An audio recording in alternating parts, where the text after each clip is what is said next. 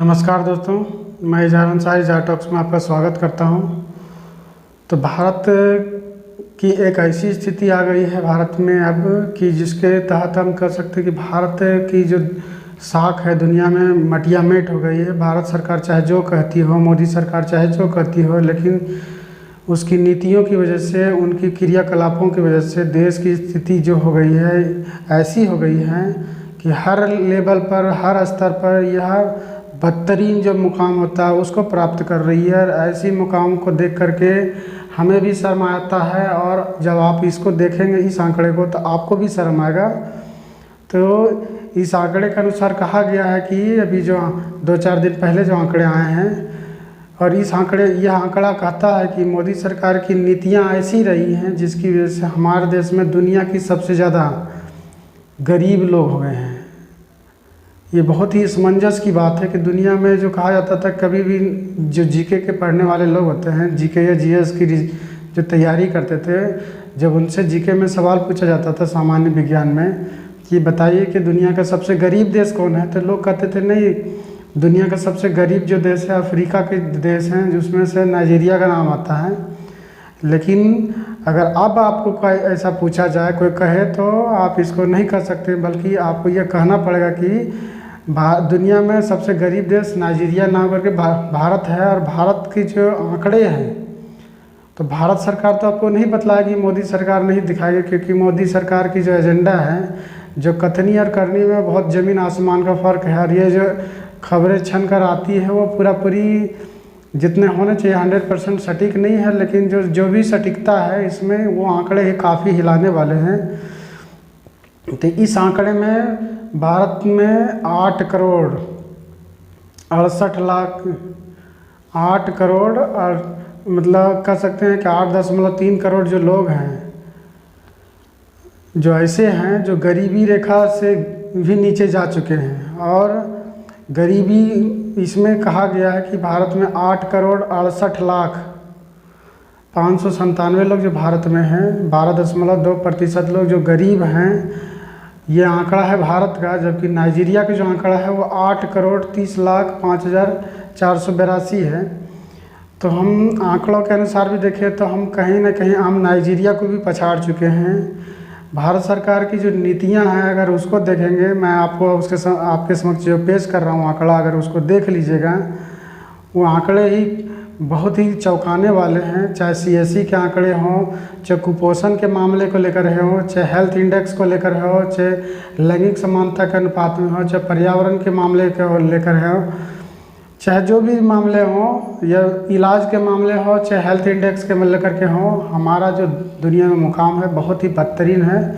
आप इस जो मैं आंकड़े जारी कर रहा हूँ उस आंकड़े को देखिए, और आंकड़े को देख करके बतलाइए कि क्या ये आंकड़े को देखने के बाद ऐसा लगता है कि भारत में जिस प्रकार सरकार की कथनी है, सरकार की जो गोदी मीडिया जिन चीज़ों को दिखाती है, हल्ला करके दिन रात पानी पी पी करके जिन चीज़ों को बखान करती है, क्या उस लायक है, या आपको जो मुख्य मुद्दे हैं, जो आंकड़े हैं, उसको छिपा करके आपको बरगलाया जाए। तो आंकड़े ये रहे, आप देखिए। नाइजीरिया को पीछे छोड़ भारत गरीबी में बना नंबर 1 देश। देश में 18.92 करोड़ लोग कुपोषित। साल 2022 में संयुक्त राष्ट्र की अनुमानित गरीबी रेखा से नीचे रहने वाले 8.3 करोड़ लोग हैं। नाइजीरिया में वर्तमान में 33% जनसंख्या अत्यधिक गरीबी में रहती है। और नाइजीरिया में गरीबी में रहने वाले लोगों की संख्या 8 करोड़ 30 लाख 5,482 है। वहीं भारत में यह संख्या 8 करोड़ 30 लाख 68,597 है। तो जब भी कभी आपको ये कहा जाए कि दुनिया का सबसे गरीब देश कौन है, तो ये याद रखिएगा कि दुनिया का सबसे गरीब देश अफ्रीका का नाइजीरिया ना होकर के दुनिया का सबसे गरीब देश भारत बन गया है। और भारत की 12.2% जो आबादी है गरीबी से नीचे है। वह दुनिया की जो बड़े बड़े संगठन हैं उन्होंने भारत को पॉवर्टी कैपिटल कहा है, दुनिया का सबसे गरीब देश माना है। और इसके अंतर्गत आप समझ सकते हैं कि भारत की स्थिति कैसी हो गई है। यहाँ पर जो दिखावा चल रहा है इतने सालों से, उस दिखावा की ओर मत जाइए। भारत में जो अनुमानित गरीबी है, सही तरह से देखा जाए तो पॉवर्टी क्लॉक की जो गरीबी का जो एक मानक माना जाता है उसको भी भारत ने पीछे छोड़ दिया है। और इसके अंतर्गत अगर देखिएगा तो भारत जो है एक ऐसे स्थान में पहुंच गया जहां पर इसकी जो गरीबी है वो कहीं न कहीं बहुत ही चौंकाने वाली है। कोरोना काल में यह जो है स्थिति और भी ख़राब थी। कोरोना के काल के बाद जो आंकड़े आने चाहिए थे वो आंकड़े सही नहीं आए हैं। अगर आंकड़े सही से आया जाए, भारत सरकार जो आंकड़ा का मैनेजमेंट करती है, दिखावा करती है, वो आंकड़ा का मैनेजमेंट ना करे तो स्थिति जो है हंगर इंडेक्स में हम और भी बदतरीन हम चले जाएंगे। कुपोषण में भी हम और बदतरीन स्थिति में चले जाएंगे। और यहाँ पर ये भी बताया जा रहा है कि एक खबर के अनुसार कि 25 लाख लोग जो है भारत के, वो जिन बीमारियों का इलाज करा सकते थे नॉर्मली, वो इलाज नहीं मिल पाता है, जिसकी वजह से वो असमय जान गंवा रहे हैं। और इस रिपोर्ट में भारत को ग्लोबल हंगर इंडेक्स में सबसे घटिया जो मानक दिया गया है 27.5, और इसके अनुसार भारत जो है ग्लोबल हंगर इंडेक्स में 101वें स्थान पर है। और भी जो है सेंटर फॉर साइंस एनवायरनमेंट की डाउन टू अर्थ पत्रिका में ये कहा कि 10 में से 7 भारतीयों को पौष्टिक आहार नहीं मिल पाता है। और जो उनको इतनी ज़्यादा महंगाई बढ़ गई है यहाँ पर कि उसकी वजह से लोग जो है खाने पीने की चीज़ों को भी सही तरह से नहीं खरीद पाते हैं, उनको सही तरह से भोजन नहीं मिल पाता है। इसकी वजह से उनकी स्थिति और बदतरीन होती जाती है।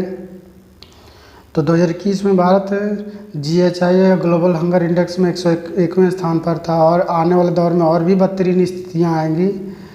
और जो मानव विकास सूचकांक में भारत 131वें स्थान पर खिसक के चला गया 2022 में। और खुशहाली जो सूचकांक है, जो खुशहाली बताती है, 2022 में भारत वह 136वें स्थान पर पहुंच गया वैश्विक स्तर पर। ये बतलाती है कि हम किस दिशा में बढ़ रहे हैं, हमारा दुनिया में मर्तबा क्या है। लैंगिक सूचकांक में हम 135वें स्थान पर हमारी स्थिति पहुंच गई है। आर्थिक स्वतंत्रता के सूचकांक में भी हम 121वें स्थान पर हैं। तो जो हमारे देश में फील गुड की स्थिति दिखाई जाती है टीवी द्वारा या गोदी मीडिया द्वारा, हमको उसकी ओर नहीं जाना है, बल्कि हमारे देश की जो वास्तविक स्थिति है उसकी ओर जाना है। और हमको ये समझना है कि हमको जो बतलाया जा रहा है वह वास्तविकता नहीं है। मोदी सरकार के जो आंकड़े हैं फर्जी है। जो वास्तविक स्थिति वो सरकार हमसे छिपा रही है। हम किसी भी मामले में बेहतरीन नहीं है। वैश्विक युवा सूचकांक में भी 122वें नंबर पर हैं, और पर्यावरण प्रदर्शन सूचकांक में हम 180वें स्थान पर पहुंच गए हैं। सतत विकास सूचकांक में भी हम 120वें स्थान पर हैं। तो ये दावा जो करती है मोदी सरकार, मोदी जी की कहनी और कथनी में बहुत अंतर है, कथनी और करनी में जी। तो एक और जहाँ दिखाया था कि देश में गरीबी की संख्या लगातार बढ़ रही है, और वहीं दूसरी यार ये देखा जा रहा है कि जो मोदी सरकार जो है, गुजराती जो कारोबारी है अडानी और अंबानी, इतनी मेहरबान है उस पर कि उनके लिए हर तरह से सरकार दिल खोल के बैठी हुई है। उनके लिए नियम कानून ढीले किया जा रहे हैं। सरकारी कंपनियों को औने पौने दामों में बेचा जा रहा है। जिस समय देश का भट्टा बैठ रहा था वो 2.5 गुना की दर से वो लोग अमीर बन रहे थे। ये सोचने वाली बात है कि आखिर वो अमीरी के जो दावे दिखाए जा रहे हैं वो अमीरी किस तरह से बढ़ रहे हैं। कहीं इसमें सरकार की भी कुछ मिली भगत तो नहीं है, या तो उनकी पार्टी की कुछ मिली भगत तो नहीं है। आखिर क्या एजेंडा लेकर के सरकार चल रही है जिसकी वजह से जो गुजराती अरबपति जो हैं लगातार अरबपति बनते जा रहे हैं और दूसरे लोग और गरीब होते जा रहे हैं। ब्लूमबर्ग के अनुसार अडानी की संपत्ति 1125 बिलियन डॉलर से ज़्यादा हो गई है, और कुल संपत्ति जो है माइक्रोसॉफ्ट के मालिक की जो संपत्ति उससे भी 230 मिलियन अधिक है। और हर साल उनकी जो वृद्धि है 36 अरब डॉलर से ज़्यादा है। तो इस तरह देखा जाए कि इनकी जो वृद्धि है बिजनेस सेक्टर में हर साल बहुत ज़्यादा है, 36 अरब डॉलर से ज़्यादा, जो कहीं से भी इसको समझा नहीं जा सकता कि ये आखिर कैसे इनकी वृद्धि हो रही है। इसमें कहीं ना कहीं सरकार जो है उसकी मिली भगत है, सरकार की ही मिली भगत है जिसकी वजह से ऐसा हो रहा है, अन्यथा संभव नहीं है।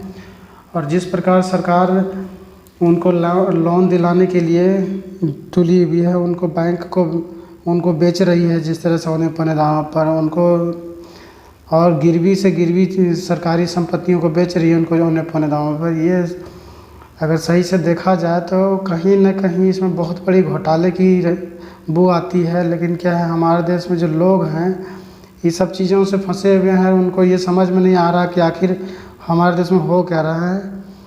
अगर इन चीज़ों पर लोग समझ जाते तो हमारे देश की स्थिति ये नहीं होती जैसे है। तो ये समझना ज़रूरी है कि आखिर देश में क्या घटनाएं घट रही है, सरकार क्या कर रही है।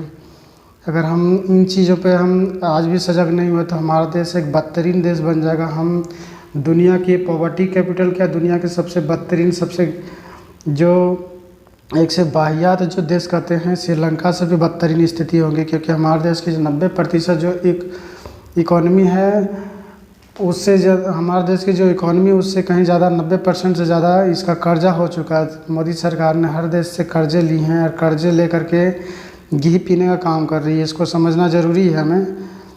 तो आज मैं इसी टॉपिक पे इतना ही बोलता हूँ। आने वाले समय में और भी इससे संबंधित कुछ जो महत्वपूर्ण जानकारियाँ हूँ उसको रखूँगा आपके समक्ष। धन्यवाद।